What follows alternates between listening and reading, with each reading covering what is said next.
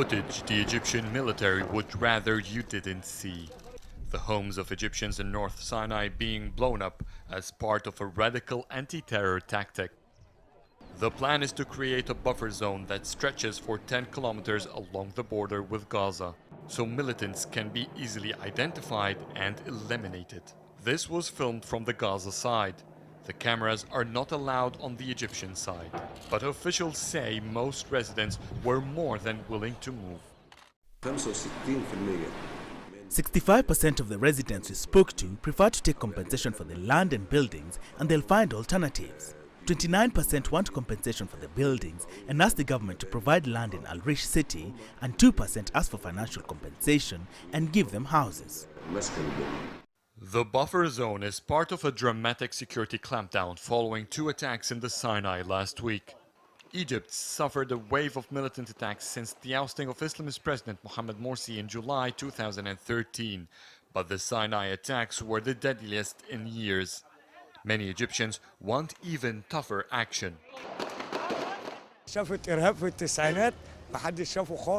In the 90s, my city saw unprecedented terrorist attacks.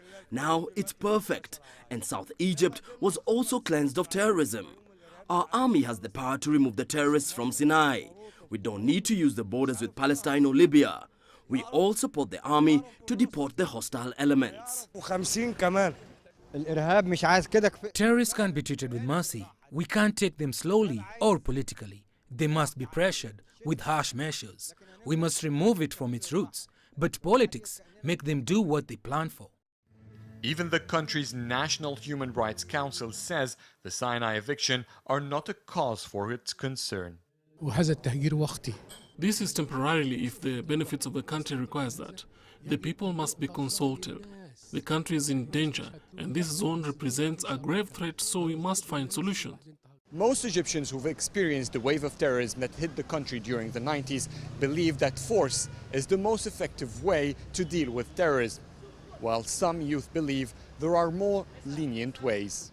They must deal with them as citizens of this country, not as terrorists. If they continue this way, it will make them want to leave or feel unwanted in the country. They'll have angry feelings toward the state. We don't know what is going on in Sinai. They've been fighting terrorism for over a year, and now they say, let's fight terrorism again. What have you been doing? Using force has failed. It's time they seek other options. The army spokesman says they killed dozens every day. How do you know these are terrorists? They can kill innocent people, and their families will seek vengeance. Critics doubt this sort of strategy is going to work, but it's clear the government is determined to take extreme measures and believes it has public backing. Adel and Mahrouky, CCTV, CAIRO.